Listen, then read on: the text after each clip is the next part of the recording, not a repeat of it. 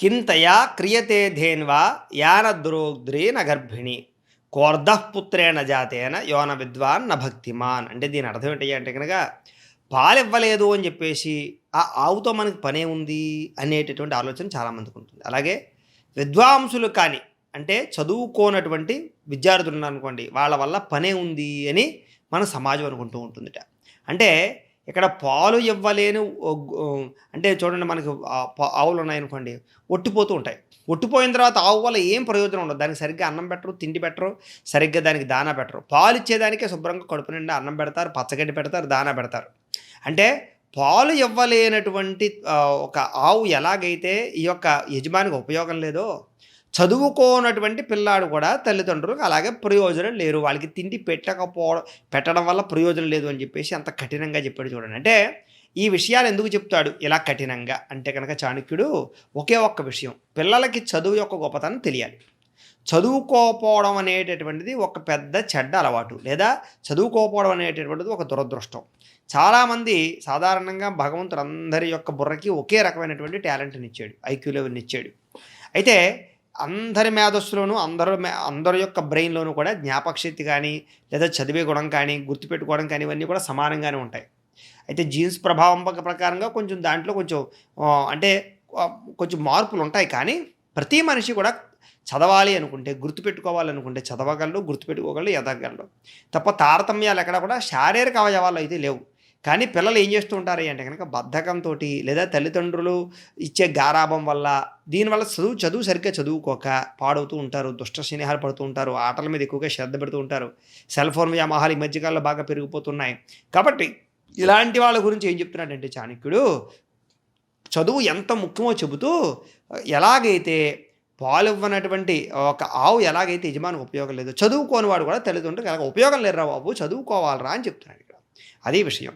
అలాగే సంసారతాపదగ్ధానాం త్రయోవిశ్రాంతి హేతవః అపత్యంచ కలత్రంచ సతాం సంగతి రేవచ. అంటే దీని అర్థం ఏంటి అంటే కనుక సంసారతాపంతో బాధపడేటటువంటి వారికి ఉపశమనాలు ఇచ్చేవి కొన్ని ఉన్నాయి. సాధారణంగా సంసారం అనేటటువంటి విపరీతమైనటువంటి తాపం. పెళ్లి చేసుకున్న తర్వాత బోళ్ళు బాధ్యతలు వస్తాయి, పిల్లల కన్నాక ఇంకా బాధ్యతలు వస్తాయి. పిల్లలు పెరిగే కొలది బాధ్యతలు పెరిగిపోతూ ఉంటాయి. వాళ్ళ గురించి బాగా చూడాలి, చదివించాలి, లేకపోతే పెళ్ళిళ్ళు చేయాలి, లేకపోతే వాళ్ళ గురించి ఎక్కువగా ఆస్తులు పోగు చేయాలి, వాళ్ళు ఏదైనా సమస్యలు ఎదుర్కొంటే బయటికి తీసుకురావాలి, స్కూళ్ళలో ఏదైనా మార్కులు తక్కువ వస్తే మళ్ళీ బాధ్యత తీసుకోవాలి, సీట్లు రాకపోతే దాని గురించి రికమెండేషన్ చేసుకోవాలి. ఒకటి కాదు, నానా యాతన, నానా అవస్థ. వాళ్ళకి ఏదైనా ఆరోగ్యం బాగోకపోతే హాస్పిటల్లో పడిగాపులు కాయాలి. వాళ్ళు ఏదైనా మళ్ళీ తినసరి పొరపాట్లు తప్పిదాలు చేసి అందులో ఇందులో చేతులు పెట్టినా కాళ్ళు పెట్టినా మళ్ళీ అక్కడి నుంచి వాళ్ళకి వైద్యం చేయించి తగ్గిదాకా అదో రకమైనటువంటి తాపత్రయం. ఇలా ఒకటి కాదు, సంసారం అంటే పెద్ద నరక యాతన ఇది. వాళ్ళ గురించి ఎప్పుడు సంపాదిస్తూనే ఉండాలి. ఎంత సంపాదించినా సంసారంలో తరగదు. కానీ అంత గౌరవిస్తారా తిరిగి మళ్ళీ పిల్లలు అంటే కనుక అంతలా ఉండదు. అయితే ఇంత సంసారంలో నలిగిపోయేటటువంటి యజమానికి అంటే మగవాడికి ఊరటనిచ్చేవి కొన్ని ఉన్నాయి, ప్రశాంతతనిచ్చేవి కొన్ని ఉన్నాయి. ఏమిటా ప్రశాంతతనిచ్చేది అంటే కనుక సత్సంతానము. అంటే ఒక తండ్రి నానాయాతన పడిపోయి ఇబ్బంది పడుతూ ఉండేవాడికి మంచి పిల్లలు పుడితే, ఇంటికి వచ్చిన వెంటనే నాన్నగారు రండి కాళ్ళు కడుక్కోవడానికి, కాళ్ళు కడగడానికి నీళ్ళు ఇచ్చి కాళ్ళు కడుక్కోండి అని చెప్పి, నాన్నగారు మంచినీళ్ళు తాగుతారా అని చెప్పి ఒక గ్లాస్తో మంచినీళ్ళు ఇచ్చి, నాన్నగారు కూర్చున్న వెంటనే ఫ్యాన్ వేసి, నాన్నగారు కూర్చున్న వెంటనే ఏదైనా అవసరమైతే పట్టుకొచ్చి ఇచ్చి, రాత్రి ఏమైనా కొంచెం కాళ్ళు తొక్కమంటే తొక్కి నొక్కి, ఇలా ఏదైనా పట్టమంటే పట్టుకొచ్చి, కొంచెం ఇంటికి వచ్చినప్పుడు ఆలనా పాలనా చూసి బాగా చదువుకుంటూ, తండ్రికి ఇబ్బంది లేకుండా అమ్మయ్య వీళ్ళు బాగానే చదువుకుంటున్నారు, వీళ్ళు గొడవ నాకు లేదు అని మనశ్శాంతిగా తండ్రి తన పని తాను చేసుకునేటటువంటి రీతిలో పిల్లలు బిహేవ్ చేస్తే కనుక వాళ్ళని సత్సంతానము అంటారు. పెద్ద అయిన తర్వాత తండ్రి చెప్పిన పెళ్లి చేసుకుంటూ, అలాగే తండ్రి చెప్పినటువంటి విధానంలో నడుస్తూ ఉన్నట్టయితే కనుక, అలా అని చెప్పేసి తండ్రులు ఏం బలవంతం చేసేసి ఇష్టం లేని పెళ్ళిళ్ళు చేయరు కదా, చేస్తే తప్పు కాదంటలేదు. మీరు ఎవరైనా ఇష్టపడినా కూడా తల్లిదండ్రులకు చెప్పి ఒప్పించుకోవాలి తప్ప వాళ్ళని బాధపెట్టి పెళ్ళిళ్ళు చేసేసుకోవడాలు, రకరకాల నిర్ణయాలు తీసేసుకుని ఏదేదో గొప్ప వాళ్ళు అయిపోవడానికి ఏదో రకరకాల పిచ్చి పనులు చేసేయడాలు తల్లిదండ్రులు బాధపెట్టి చేయకూడదు. అంచేత ఈ రకంగా సత్సంతానం ఎంత యాతనలో ఉన్నటువంటి యజమానికైనా ఆనందాన్ని ఇస్తాయి, బయట ఎంత కష్టపడి వచ్చినా సరే. అలాగే సగుణవతి అంటే ఇంట్లో ఉండే భార్య అనమాట. ఇంట్లో ఉండే భార్య గుణవంతురాలు అనుకోండి, చక్కగా భర్త కోసమే ఎదురు చూస్తూ, భర్తకు వచ్చిన వెంటనే చక్కగా మంచి రుచికరమైన అన్నాన్ని వండి పెట్టి, రుచికరమైన పదార్థాలు పెట్టి, కాస్త ఆలనా పాలనా చూస్తూ, కాస్త ఏదైనా తలకి నూనె రాసో, లేకపోతే ఏదైనా తలకి నొప్పుగా ఉందంటే నొక్కో, లేకపోతే ఏదైనా ఇబ్బంది పడుతున్నారంటే కనుక కొంచెం సేద తీర్చో, ఏదైనా ఇబ్బందులు, బాధలు ఉంటే కనుక ఇంట్లో ఉండేటటువంటి భార్య సుగుణవతి అయితే కనుక ఆ తాపము, బయట ఉండేటటువంటి స్ట్రెస్సు తగ్గించి ప్రశాంతతనిచ్చేటటువంటి భార్య సుగుణవతి. అంటే మంచి పిల్లలుండాలి, మంచి భార్య ఉండాలి. ఇంకా మూడోదేమిటి ఆనందాన్నిచ్చేది సంసారంలో ఉన్నవాడికి ఆనందాన్నిచ్చేటటువంటి మూడోదేమిటంటే గనక తత్సాంగత్యము. మంచి స్నేహితుడున్నాడండి, లేదా మంచి సద్గురువు ఉన్నాడండి, లేదా మంచి కాలనీలో మంచి మనుషులున్నారు అందరూ కూడా. సాధారణంగా ఆఫీస్ నుంచి వచ్చాక ఇంట్లోకెళ్తారు. పిల్లలు బాగా ఆదరిస్తారు. భార్య చక్కగా ఏదో వండి పెడుతుంది. తర్వాత హాయిగా ప్రశాంతంగా బయటకొచ్చి మంచి వాళ్ళ దగ్గర కూర్చున్నారనుకోండి, వాళ్ళు మంచి విషయాలు, ధర్మాలు, ఉపోద్ఘాతాలు లేదా లోకంలో ఉండే మంచి విషయాలు చెప్తున్నారనుకోండి, లేదా మనం ఏదైనా నలిగిపోతున్నాం సమస్యతోటి, లేకపోతే ఏదో ఒక నిర్ణయం తీసుకోవడానికి ఇబ్బంది పడుతున్నాం, అప్పుడు మంచి సలహాలు ఇచ్చి ఇలా చేయవయ్యా అని చెప్పారనుకోండి, అదంతా కూడా సత్సాంగత్యము. అంటే మంచి వాళ్ళతోటి కలయిక. సడన్గా ఏదో పడిపోయాం, దెబ్బలు తగిలాయి, అండ్ ఇంటి ఇరుగు పొరుగు వాళ్ళు కావలసిన వాళ్ళు వచ్చి వెంటనే ఆటోలో ఎక్కించుకుని వైద్యం చేయించారు అంటే వీళ్ళందరూ సత్సాంగత్యము అవుతారు. అంటే ఒక సంసార యాత్రలో ఉండే మనిషి మంచి సంతానం వల్ల, మంచి భార్య వల్ల, చుట్టుపక్కల ఉండేటటువంటి సత్సంగత్యం అంటే కనుక మంచి మనుషుల వల్ల సంసార తాపం తగ్గుతుంది. అంటే సంసారంలో ఉండే యాతన, ఇబ్బంది, స్ట్రెస్ అనేటటువంటి పోయి ఆనందంగా ఉంటాడట. అంచేత ఈ మూడు ఉంటే ఆనందంగా బతుకుతాడు అని చెప్తున్నాడు చూడండి. అంచేత ఈ మూడు అందరూ కలగజేసుకోవాలి. అలాగే సకృజ్జల్పంతి రాజానః సకృజ్జల్పంతి పండితాః సకృత్కన్యాః ప్రదీయంతే త్రీణ్యేతాని సకృత్. అంటే దీని అర్థం ఏంటి అంటే కనుక ఇది ఎందుకు చెప్తాడంటే కనుక చాణక్యుడు వివాహాల గురించి చెప్తాడు. ఈ విషయాన్ని కూడా మీరు అపార్థం చేసుకోవడానికి వీల్లేదు. ఎందుకంటే కనుక చాణక్యుడు చెప్పినటువంటి కాలం వేరు, దేశకాల వైపరీత్యంగా కాలాలు, పరిస్థితులు మారాయి. ఇప్పుడు కాలంలో అమ్మాయిలు మారిపోయారు. ఇది కన్యాదానం గురించి చెప్పాడు. అంటే ఒక్కసారి కన్యాదానం చేయాలని చెప్తాడు. దీన్ని అపార్థం చేసుకోకుండా ముందరే ఎందుకు చెప్తున్నానంటే కనుక దాన్ని అర్థం చేసుకోండి. ప్రభువు ఒక్కసారే శాసిస్తాడు. సాధారణంగా వీడికి ఉరశిక్ష వేయండి అన్నాడంటే వేసేయవలసిందే. మళ్ళా ఇందాక ఉరశిక్ష అని చెప్పాను కదా, అలా కాదు మరోసారి తీసుకురండి మళ్ళీ అని ఉండదు. లేదా ప్రభు ఒకసారి ఉరశిక్ష చేసామని చెప్పాక మళ్ళీ వెయిట్ చేసి మళ్ళీ రేపు ఏమైనా మార్చుకుంటాడేమో కంగారు పడద్దని ఆగడానికి లేదు. ప్రభువు ఒక్కసారి కనుక నిర్ణయం తీసుకున్నాడంటే అది వేసేయవలసిందే. అలాగే విద్వాంసులు సారవంతమైనటువంటి మాట తప్ప అక్కలేని మాటలు చవాకులు పలకరు. విద్వాంసులు అంటే తెలివైన వాళ్ళు. ఫర్ ఎగ్జాంపుల్గా రాముడు ఉన్నాడు అనుకోండి. రాముడు మనం మితభాషి, మృదుభాషి అంటాం. రాముడు ఒకసారి మాట్లాడాడు అంటే కనుక ఊరికే మనకిలాగా ఆచితూచి ఇష్టం వచ్చినట్టు మాట్లాడు, ఆచితూచి మాట్లాడతాడు. మాట్లాడేడు అంటే కనుక దానికి 100 అర్థాలు వెతకచ్చు. అలాగే సత్పురుషుడు, గొప్పవాడు, తెలివైనవాడు, విద్వాంసుడు, పండితుడు ఎప్పుడు కూడా ఊరికి అవాకు చవాకు మాట్లాడుతూ ఇష్టం వచ్చినట్టు మాట్లాడడం, అరుగు మీద కూర్చొని అక్కలేని కబుర్లు చెప్పడం. కానీ ఏదైనా ఒకసారి మాట్లాడాడు అంటే కనుక దాంట్లో 100 అర్థాలు వస్తాయి. ఎన్నో మనుషుల జీవితాలు మార్చేటటువంటి పెద్ద గొప్ప పదాలు చెప్తాడు. కాబట్టి ఇక్కడ అంటే ఇవి పోలికలు ఎలా పోలుస్తున్నాడో చూడండి ఇక్కడ. అలాగే ఒక్కసారే కన్యాదానం ఉంటుంది అంటే ప్రభువు శాసనం ఒక్కసారే ఉంటుంది. అలాగే పండితుడి మాట ఒక్క మాటకి 100 అర్థాలు వస్తాయి, గొప్పగా ఉంటుంది. అలాగే కన్యాదానం ఒక్కసారే ఉంటుందంటే కనుక ఒక్కసారే వివాహం చేసుకోవాలి అని. అయితే ప్రస్తుతాల్లో 2-3 పెళ్లి చేసుకుంటున్నారు. కానీ చేసుకున్న వాళ్ళ దగ్గరికి వెళ్ళి మైక్ పెట్టామనుకోండి, వాళ్ళు చెప్తారు వాళ్ళ బాధలు. నిజంగా మైక్ పెడితే చెప్పరేమో, కానీ మైక్ పెట్టకుండా అమ్మ ఏదైనా రెండో వివాహం వల్ల ఇబ్బంది పడుతున్నావా అంటే ఖచ్చితంగా చెప్తారు. ఎప్పుడు ప్రథమ వివాహమే, ద్వితీయ తృతీయాది వివాహాలు తృతీయ వివాహాలే. మొట్టమొదటి వివాహంలో ఉండేటటువంటి ఆ అనుబంధము, ఆ రెస్పాన్సిబిలిటీ, ఆ వ్యవస్థ అనేది రెండో పిల్లల్లో రాదు. రెండో పిల్లలంతా కూడా ఆస్తులు, అనుమానాలు, రకరకాలు తప్పక, లేకపోతే అవకాన దశలో ఏదో చూస్తారని అనేక రకాల టర్మ్స్ అండ్ కండిషన్స్ అన్నీ ఉంటాయి.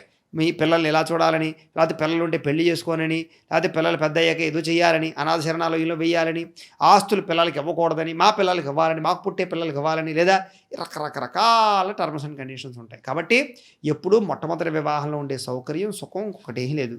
రెండో పెళ్లి అనేటటువంటిది ఎప్పుడూ కూడా సుఖమైతే మాత్రం కాదు. అది ఒక్కసారే వివాహం చేస్తేనే ఆనందంగా ఉంటుంది స్త్రీ అని ఖచ్చితంగా చెప్తున్నాడు. ఇది ఎప్పటికైనా సరే సత్యం సత్యమే. అలాగే ఏకాకినా తపో ద్వాభ్యాం పఠనం గాయనం త్రిభిః చతుర్భిర్గమనం క్షేత్రం పంచభిః బహుభిర్రణః. అంటే ఏం పని ఎవరెవరు ఎంతమంది చేయాలి. చాలా చాలా గుర్తుపెట్టుకోవాల్సిన ఇంపార్టెంట్ శ్లోకం. మళ్ళీ చెప్తున్నాను. ఏకాకినా తపో ద్వాభ్యాం పఠనం గాయనం త్రిభిః చతుర్భిర్గమనం క్షేత్రం పంచభిః బహుభిర్రణః. ఇది ఏమిటి, దీని అర్థం ఏంటి కనుక ఏకాకినా తపో అంటే తపస్సు ఎప్పుడు కూడా ఒంటరిగానే చేయాలి. నేను ధ్యానం మెడిటేషన్ చేసుకుంటున్నానండి అంటే సభల్లోనూ లేకపోతే కనుక ఒక గ్రూప్గాను చేయకూడదు. దాన్ని అందరూ కలిసి మెడిటేషన్ చేసుకుందాం అనకూడదు. మెడిటేషన్ ఎప్పుడు కూడా ఎక్కడికైనా దూరంగా పోయి ఒంటరిగా చేసుకోవాలి. అందరూ కూర్చొని మెడిటేషన్ చేసుకున్నారంటే అక్కలేని మాటలన్నీ వస్తాయి. చేత నలుగురు కలిపి మెడిటేషన్ చేయకూడదు. వాళ్ళు చేసినా దూరం దూరంగా కూర్చోవాలి, ఒకరికి సంబంధం లేకుండాను. అంచేత ఏకాకినా తపస్సు చేసినా లేకపోతే జపం చేసినా ఒక్కడు చేయాలి. ఇద్దరు ముగ్గురు చేశారంటే అక్కలేని కబుర్లన్నీ వస్తాయి. వాడు అలా చేస్తాను కళ్ళు తెరిచి చూడడం, రకరకాలు ఇవన్నీ పిచ్చి పిచ్చి పనులు అన్నీ వస్తుంటాయి అనమాట. అంచేత అవ్వదది. మాకు అనుభవం బాగానే తపస్సు మేము జపాలు అవి చేసుకుంటూ ఉంటాం కాబట్టి ఇద్దరు ముగ్గురు ఉన్నామంటే జపం చెడిపోతుంటుంది. చేత దూరం దూరంగా కూర్చొని చేసుకుంటూ ఉంటాం. లేకపోతే మా ఋత్వికుల్ని మా పీటల్లో ఏం చేస్తామంటే పక్కన కూర్చోబెట్టాం, మాటలు ఎక్కువైపోతాయని దూరంగా కూర్చోబెట్టి జపం చేయమంటాం. చేత ఏకాకినా తపస్సు ఎప్పుడు కూడా ఒంటరిగా చేయాలి. అలాగే ద్వాభ్యాం పఠనం, చదువు ఎప్పుడు ఒంటరిగా చదువుకోకూడదు. ఏం చేతనంటే కొన్ని డౌట్స్ వస్తే పక్కవాడు క్లియర్ చేస్తాడు, పక్కవాడు డౌట్స్ వస్తే వీడికి క్లియర్ చేస్తాడు. వాడు చదువుకున్నాడు కదా అని వీడు చదువుకున్నాడు, పోటీగా చదువుకుంటారు. ఒంటరిగా చదువుకుంటా కాసేపు పోయి మూసేద్దాం, ఒక అరగంట పోయిగా చదువుకుందాం, లేకపోతే ఈ గేమ్ ఆడి చదువుకుందాం, లేకపోతే ఈ చాటింగ్ చేసి చదువుకుందాం, ఈ వీడియో చూసి చదువుకుందాం అనే ఫీలింగ్స్ వస్తూ ఉంటాయి. కాబట్టి చదువు ఎప్పుడు కూడా ఇద్దరు చదువుకోవాలి. అప్పుడు పోటీతత్వం పెరుగుతుంది, డౌట్లు ఏమైనా ఉంటే ఒకరికొకరికి పంచుకోవడానికి ఉంటుంది. అలాగే గాయనం త్రిభిః, పాటలు ఎప్పుడు కూడా ముగ్గురు పాడాలట. ఏం చేతనే అంటే కనుక సాధారణంగా ఇప్పుడు చూడండి మన గాయకులు ఉన్నారనుకోండి, ఒకటి తబలా, ఒకళ్ళు మృదంగం, ఒకటి పాటలు పాడుతూ ఉంటారు. ఇలాగా ఒక కలయిక ఉంటేనే గానానికి అందం. లేదా ఒక్కడ పాడితే వేరు, ముగ్గురు పాడారని కూడా స్వరం కలిసిపోతుంది. ఒకళ్ళు ఆపేసినా, ఒకళ్ళు అపస్వరంగా మాట్లాడినా, ఒకళ్ళు అపస్వరంగా పాడినా, రకరకాల స్పెల్లింగ్ మిస్టేక్స్ వచ్చినా కవర్ అయిపోతూ ఉంటాయి ముగ్గురు పాడితే. అంచేత గాయనం త్రిభిః, ముగ్గురు పాడాలి అని. చతుర్భిర్గమనం, ఒకవేళ ప్రయాణం చేస్తున్నాం అంటే ఒక్కళ్ళు ఎప్పుడు ప్రయాణం చేయకూడదు, నలుగురు ప్రయాణం చేయాలి. అది కనీసం ఇద్దరు ముగ్గురైనా ప్రయాణం చేయొచ్చు. కానీ ప్రయాణాన్ని నలుగురితో ఎందుకు చెప్పారంటే సరదా వేరు, ఆనందం వేరు, సంతోషం వేరు. నలుగురు మాట్లాడుతూ పంచుకుంటూ ఏదైనా కష్టం వచ్చినా, మధ్యలో ఏదైనా ఆపద వచ్చినా కాపాడుకోవడానికి ఉండే పరిస్థితులు ఇవన్నీ ఒకదానికొకటి లింక్ అయి ఉంటాయి. కాబట్టి ఎప్పుడు కూడా గ్రూప్ జర్నీలో ఉండే ఆనందమే వేరు, ఆ సుఖమే వేరు. కాబట్టి నలుగురితో కలిపి ప్రయాణం చేయాలి. అందులో యాత్రలు చేసినా, తీర్థయాత్రలు చేసినా గ్రూప్గా చేయాలి ప్రయాణాలు. అంటే నేను ఒక్కడే తీర్థయాత్ర చేసి వస్తానని పిచ్చి పనులు చేయకూడదు. ఈ మధ్యకాలంలో చాలామంది బైకులు వేసుకుని దేశమంతా తిరిగి వస్తాను ఒంటరిగా బయలుదేరి వెళ్తున్నారు. ప్రమాదాలు జరిగితే కనీసం పట్టించుకుని అంబులెన్స్కి ఫోన్ చేసే పరిస్థితులు కూడా ఉండలేదు. ఏ అడవిదారిలోనో లేకపోతే ఈ ఒంటరిగా ఉండేటువంటి రోడ్లోనే పడిపోతారు ఏ మూలకో పక్కకి. ఆ తర్వాత వాడు పడిపోయాడో లేదో కూడా ఎవరికి తెలియదు, ఎవరికి కనపడ్డు. అప్పుడు పరిస్థితి ఏమిటి? చేత నలుగురు వెళ్ళారనుకోండి, ఒకవేళ పడిపోయినా ఏదైనా ప్రమాదం జరిగినా మిగతా వాళ్ళు కాపాడడానికి కూడా ఉంటారు. కాబట్టి చేత ప్రయాణం ఎప్పుడు కూడా ఒంటరిగా చేయకూడదు, నలుగురితో కలిసి ప్రయాణం అన్నారు. అలాగే చతుర్భిర్గమనం, క్షేత్రం పంచభి బహుభిర్రణః, అంటే వ్యవసాయం కనీసం 5 మంది చేయాలట. 5 మంది అంటే ఇక్కడ పంచుభిః అంటే పంచభిః, 5గురైనా పర్వాలేదు, అంతకన్నా ఎక్కువైనా పర్వాలేదు. అంటే ఎక్కువ మంది కలిపి వ్యవసాయం చేయాలి. వ్యవసాయం ఎప్పుడు కూడా ఒంటరిగా నేను ఒక్కడిని చేసేస్తాను అనకూడదు. ఒంటరిగా వ్యవసాయం చేస్తే ఆ ఇబ్బంది వేరు. నలుగురు కలిపి వ్యవసాయం చేశారనుకోండి, ఆ సుఖం, ఆ సౌఖ్యం. ఎందుకంటే కనుక అది పెద్ద పని, ఎక్కువ మంది చేయవలసిన పని. అంచేత అందరూ కలిపి వ్యవసాయం చేయాలి. అలాగే ఇప్పుడు యుద్ధం ఉందనుకోండి, రణహ ఉందనుకోండి, రణం అంటే యుద్ధం ఉందనుకోండి, యుద్ధం కూడా ఒక్కడ చేయకూడదు, అందరూ కలిపి యుద్ధం చేయాలి. అంచేత ఎక్కువ మంది కలిపి చేయవలసినటువంటి పనులు ఇవి. అంటే ఇప్పుడు దీన్ని బట్టి అర్థం చేసుకోవాల్సింది ఏంటి? జపం చేస్తే ఒక్కడే చేయాలి, చదువుకుంటే ఇద్దరు చదువుకోవాలి, పాటలు పాడేటప్పుడు ముగ్గురు, ప్రయాణం చేస్తే నలుగురు. అలాగే మామూలుగా పొలం కానీ వ్యవసాయం కానీ చేసేటప్పుడు కానీ లేదా యుద్ధాలు చేసేటప్పుడు కానీ ఎక్కువ మంది కలిపి చేయాలి అని మనకి చాణక్యుడు చెప్పాడు. ఇవన్నీ కూడా ఒక్కొక్కటి ఎంత గొప్ప విషయాలు అనుకున్నారు. ఇవన్నీ తెలుసుకోవాలి, ఇవన్నీ పిల్లలకి నేర్పాలి. జనరల్గా ఇలాంటి విషయాలు ఎక్కడ మన పుస్తకాల్లో చదవడానికి అవకాశాలు ఉండవు. కాబట్టి ఇవన్నీ ధర్మాలు, ఇవన్నీ ప్రత్యేకంగా మనం పిల్లలకి నేర్పాలంటే మనం తెలుసుకోవాలి. పిల్లలు ఖచ్చితంగా ఈ విషయాలు చూపించండి, నేర్పండి. దీనివల్ల వాళ్ళకి తెలియకుండా ఎంతో అద్భుతమైనటువంటి జ్ఞాన వస్తువు వాళ్ళ పిల్లలు కూడా అందించడానికి ఉంటాయి. కాబట్టి చాణక్యుడు చెప్పినటువంటి ప్రతి అక్షరం మన జీవితంలో చాలా ముఖ్యం అనే విషయాన్ని అర్థం చేసుకుని ఈ వీడియో మీకు చక్కగా నచ్చినట్లయితే లైక్ చేయండి, అందరికీ షేర్ చేయండి. ఇంకా ఎవరైనా ఛానల్ కనుక సబ్స్క్రైబ్ చేసుకోకుండా ఉన్నట్లయితే కనుక సబ్స్క్రైబ్ కూడా చేసుకోవాల్సిందిగా మనస్ఫూర్తిగా ఆశిస్తూ తదుపరి వీడియోలో ఇంకా అద్భుతమైన విషయాలు చెప్పాడు, ఆ విషయాలు మనం తెలుసుకునే ప్రయత్నం చేద్దాం. గోబ్రాహ్మణేభ్యః శుభమస్తు నిత్యం, లోకాః సమస్తాః సుఖినో భవంతు. స్వస్తి.